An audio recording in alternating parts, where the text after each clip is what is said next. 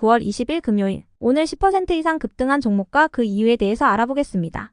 오늘 장은 오후 3시 30분 키움증권 기준으로 코스피 지수는 0.49% 상승한 2593.37포인트로 마감했습니다.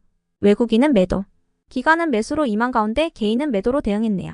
오늘 코스피 거래 대금은 13조 원입니다. 한편 코스닥 지수는 1.19% 상승한 748.33포인트로 마감했습니다. 외국인과 기관은 매수로 임한 가운데 개인은 매도로 대응했습니다. 오늘 코스닥 거래 대금은 6조 원입니다. 그럼 본격적으로 오늘의 급등 종목들을 살펴볼게요. 오늘 10% 이상 급등한 종목은 총 38종목으로 코스피에서는 9종목, 코스닥에서는 29종목이 나왔습니다. 이 중 상한가 종목은 하이트론, 모비스, 엔젠바이오, 바이오인프라, 디지피, FN가이드, 영풍정밀 7종목이고요. 오늘 하한가 종목은 없었습니다. 총 38개의 급등 종목 중 상위 30개 종목들을 섹터별로 묶어보니 5개 테마로 나눠볼 수 있었어요. 그 외 나머지는 개별 이슈로 오른 종목들인데요. 먼저 1번 제약 바이오 섹터입니다. 미국 하원에서 생물보안법이 압도적인 찬성으로 통과한 가운데 연준이 기준금리를 0.5% 내리는 비컷을 단행한다고 밝히면서 제약 바이오 기업들의 강세가 이어지는 분위기입니다.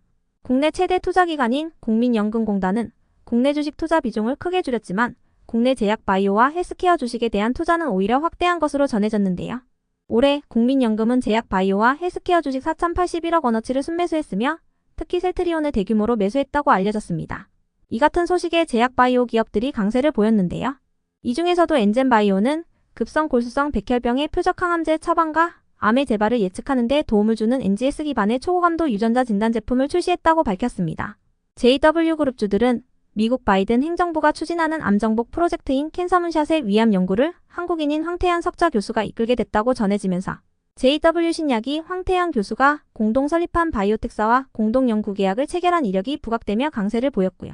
유한양행은 미국 제약사인 길리어드 사이언스와 1,076억 원 규모의 공급 계약을 체결했다고 밝히면서 강세로 마감했습니다.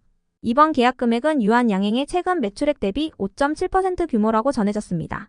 한편 하이트론은 신약 개발 신사업을 추진한다는 소식이 지속 호재로 작용된 모습이었네요. 다음은 이번 경영권 분쟁 섹터입니다. 지난주 고려아연을 둘러싼 경영권 분쟁이 격화되고 있다는 소식이 전해진 바 있습니다. 고려아연은 최윤범 고려아연 회장의 최씨 일가와 최대 주주인 영풍의 장씨 일가가 경영권 분쟁을 진행 중이었는데요. 사모펀드 운용사인 MBK 파트너스가 영풍과의 주주 간 계약을 통해 고려아연의 최대 주주가 됐다고 전해졌어요. 이에 대한 반격으로 영풍정밀은 고려아연 측의 대표 선수로서 MBK 파트너스와 장영진 영풍 고문 등에 대한 법적 대응에 나선다고 밝혔는데요. 사실상 최 회장 측의 반격이 시작되면서 경영권 분쟁을 벌이고 있는 주요 기업들이 강세를 이어가는 모습입니다. 이 중에서도 FN가이드는 연휴 전 김근호 전 대표이사가 경영권 분쟁과 관련한 임시주주총회 소집을 신청했다는 공시가 올라온 바 있으니 참고해주세요. 다음은 3번 통신장비 섹터입니다. 엔비디아가 인공지능 기능을 강화한 무선 네트워크 플랫폼 솔루션인 엔비디아 AI 에리얼을 공개했습니다. 엔비디아 AI 에리얼은 통신 서비스 제공업체들이 제조 로봇과 자율주행차를 위한 원격 작업을 할 수 있도록 지원하며 제조업과 농업, 물류 분야의 컴퓨터 비전과 생성형 AI 기반의 코파일럿, 개인 비서, 로봇 수술, 그리고 협업 등을 가능하게 하는 플랫폼이라고 전해졌는데요. 해당 소식에 일부 통신장비 관련주들이 시장에서 주목받은 모습이었어요. 이 중에서도 에이스테크는 어제 장마 가무, 기타 자금 확보를 위해 MV 메자닌 플러스 사모투자 합자회사를 대상으로 한 3자 배정 유상 증자를 결정했다고 공시했는데요. 에이스테크는 출자 전환 방법에 의한 채무 변제 및 이를 통한 재무구조 건전성 개선을 위해 이 같은 유상 증자를 결정했다고 밝혔습니다. 신주 발행 가액은 630원이며 신주 상장 예정일은 오는 10월 14일입니다. 다음은 4번 전력 섹터입니다. 연준의 비컷 금리 인하 기대감이 지속되는 가운데 미국 실업수당 청구 건수가 4개월 만에 최저치를 기록하면서 경기 둔화 우려가 일부 해소되고 있습니다. 이러한 분위기 속에서 어제 미국장이 상승 마감했고 한국 증시도 이러한 훈풍을 이어받은 모습이었는데요. 어제는 모건 스탠리의 반도체 비관론 보고서가 나오며 SK하이닉스와 삼성전자 등이 강한 하락세를 보였지만 반도체 기업들의 낙폭이 과하다는 인식이 퍼지면서 일부 반도체와 전력, AI 관련주들이 강한 반등세를 보였습니다. 이 중에서도 제일일렉트릭은 유한타증권에서 제일일렉트릭의 신규 매출이 발생하며 본격적인 성장세가 기대된다고 밝힌 부분도 호재로 작용됐는데요. 유한타증권은 제일일렉트릭이 이튼과의 협업을 통해 새로운 지능형 차단기 제품인 스마트 브레이커 2.0의 개발을 완료했으며 핵심 부품인 PCB 조립품 생산 1차 라인을 완성했다고 밝혔어요. 제일일렉트릭은 이튼의 주택사업부 외에도 이튼 커넥티드 솔루션즈와 새로운 파트너십을 맺었기 때문에 신규 매출처를 확보했다고 분석했습니다. 이러한 분석이 동반되며 제일일렉트릭이 강세를 보였네요. 다음은 5번 한동훈 대표 섹터입니다. 윤석열 대통령과 한동훈 국민의힘 대표가 다음 주 화요일에 만찬 회동을 가진다고 전해졌습니다. 이번 회동은 대통령실과 당 지도부가 추석 민심을 점검하고 의료개혁을 비롯한 개혁과제와 민생 현안 등을 논의하는 자리가 될 것으로 예상되고 있는데요. 해당 소식에 일부 한동훈 관련주들이 시장에서 주목받은 모습이었네요. 그 외 나머지는 개별 이슈로 오른 종목들인데요. 먼저 모비스를 비롯한 일부 핵융합 에너지 관련주들이 상승했습니다. 삼성서울병원이 언론을 통해 양성자 치료센터가 일본 스미토모 중기계공업과 고선량 방사선 치료법인 플래시 기술에 관한 공동 연구를 진행한다고 밝혔기 때문인데요. 플래시란 방사선을 1초 미만 찰나의 순간에 집중적으로 조사하는 치료법으로 방사선을 이용한 암치료 수준을 획기적으로 끌어올릴 미래 기술로 꼽힌다고 알려졌습니다. 플래시 기술이 적용된다면 암 타격 능력은 유지하면서도 방사선에 노출되는 시간이 짧아져 보호 효과를 극대화할 수 있을 것으로 기대되고 있는데요.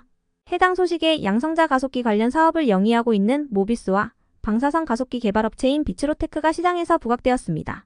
다음으로 DGP는 해리스 수혜주로 거론되는 신재생 에너지 관련주로 부각되며 강세를 보였다고 알려졌는데요. 미국 대선 TV 토론이 진행된 뒤 해리스 부통령이 트럼프 전 대통령과의 지지율 격차를 더 벌렸다는 조사 결과가 지속 호재로 작용되는 모습입니다. 다만 일부 여론조사에서는 두 후보의 지지율 격차가 좁혀졌다는 기사도 있었으니 참고해주세요. 이어서 S&T 다이내믹스가 상승했습니다. 국산 명품 무기로 손꼽히는 K2 전차에 국산 파워팩이 장착된다고 전해졌기 때문인데요. 파워팩은 엔진과 변속기를 합쳐 부르는 용어로 전차의 심장으로도 불리며 K2 전차 개발 이후 파워팩 개발에 나선 지 20년 만에 파워팩 국산화에 다가서게 됐다고 전해졌습니다. 그 밖에도 이스라엘이 헤즈볼라를 겨냥한 대규모 공습을 퍼부으면서 양측이 본격적인 군사작전에 나서는 게 아니냐는 우려가 나오며 방산주들과 해운주들이 상승했으니 참고해주세요. 다음으로 한싹이 딥페이크 관련주로 상승했습니다. 경찰이 내년에 27억 원을 들여 딥페이크와 딥보이스 등의 허위 조작 콘텐츠를 탐지할 수 있는 딥러닝 기술을 개발한다고 전해졌기 때문인데요. 경찰은 현재 활용하는 허위 영상물 탐지 기술의 고도화에도 5억 원을 투입하며 내년 27억 원을 시작으로 2027년까지 3년간 총 91억 원을 투입한다고 전해졌습니다.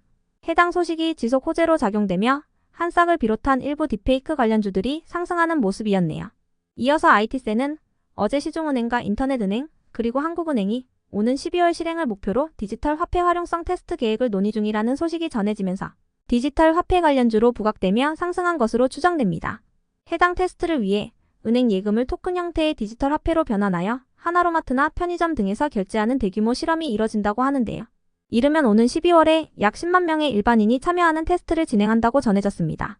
한편 사조시푸드의 급등 이유는 파악되지 않았지만 최근 중국과 일본이 후쿠시마 원전 오염수 해양 방류의 안전성 문제에 대해 다시 한번 공방을 벌였다는 소식이 있었으니 참고해 주시고요. 다음으로 MBT는 현대차증권에서 긍정적인 내용의 리포트를 내놓으면서 강세를 보였습니다. 현대차증권은 MBT가 올해 상반기까지도 B2B 영업에 집중했으나 해당 인력을 소비자를 대상으로 하는 캐시슬라이드 영업에 투입하면서 매출이 회복될 것으로 기대된다고 밝혔는데요.